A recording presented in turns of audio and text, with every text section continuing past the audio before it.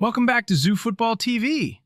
The round of 32 is underway, and Canada has defeated South Africa 1-0 to reach the round of 16. Congratulations to Canada for moving on. But after watching this match, we have to be honest about what we saw. This wasn't one of the highest quality matches of the tournament. Both teams showed determination, energy, and the desire to win, but technically there was a noticeable gap compared to many of the stronger nations we've watched so far.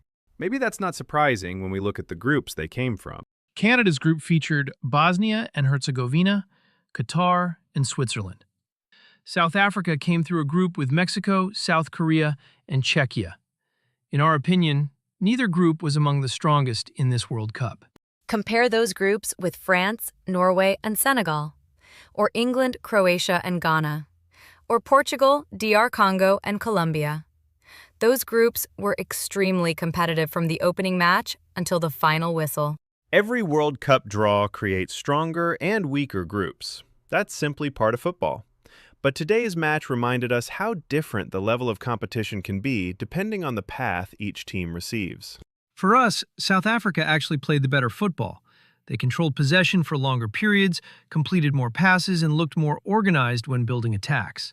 The biggest weakness for South Africa was finishing. They reached dangerous positions several times, but couldn't convert their opportunities. They really missed a striker who could finish those chances. Canada had many of the same problems. They played with commitment and intensity, but once they got close to goal, too many attacks ended with rushed decisions.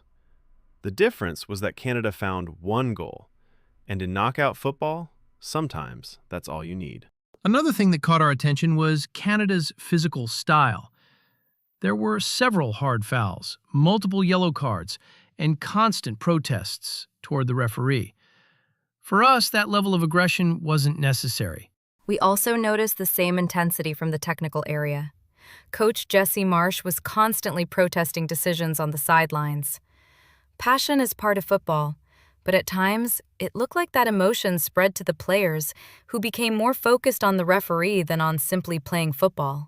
That brings us to the biggest controversy of the match, Canada's penalty appeal. From what we saw, we don't believe it was a penalty. The Canadian player's legs became tangled with the South African defender as the defender stretched to reach the ball. It looked like a natural football challenge rather than an intentional foul. The defender was clearly trying to play the ball. The contact happened naturally as both players challenged for possession. In our opinion, there wasn't enough there to award a penalty. We understand why Canada appealed. Every team fights for every decision in a knockout match. But from what we saw, the referee made the correct decision by allowing play to continue. Congratulations again to Canada. Every team that reaches the round of 16 deserves respect. They found a way to win and kept their World Cup dream alive. Now Canada waits to see who their next opponent will be. Tomorrow, the Netherlands face Morocco, and the winner of that match will play Canada in the round of 16. Whoever advances from that game will be a much tougher opponent. Canada will need to improve a lot if they want to continue in this tournament. Tomorrow, we have another fantastic day of football with 3 round of 32 matches. Brazil against Japan, Germany against Paraguay, and Netherlands against Morocco. Those 3 games will tell us a lot about who has what it takes to compete for this World Cup. Leave your predictions in the comments. Who will Canada face next, the Netherlands or Morocco? And who do you think will advance from tomorrow's 3 exciting matches? If you enjoy honest football analysis from animal commentators, don't forget to like, subscribe, and share Zoo Football TV with your football-loving friends. Thank you for watching, and we'll see you after tomorrow's matches.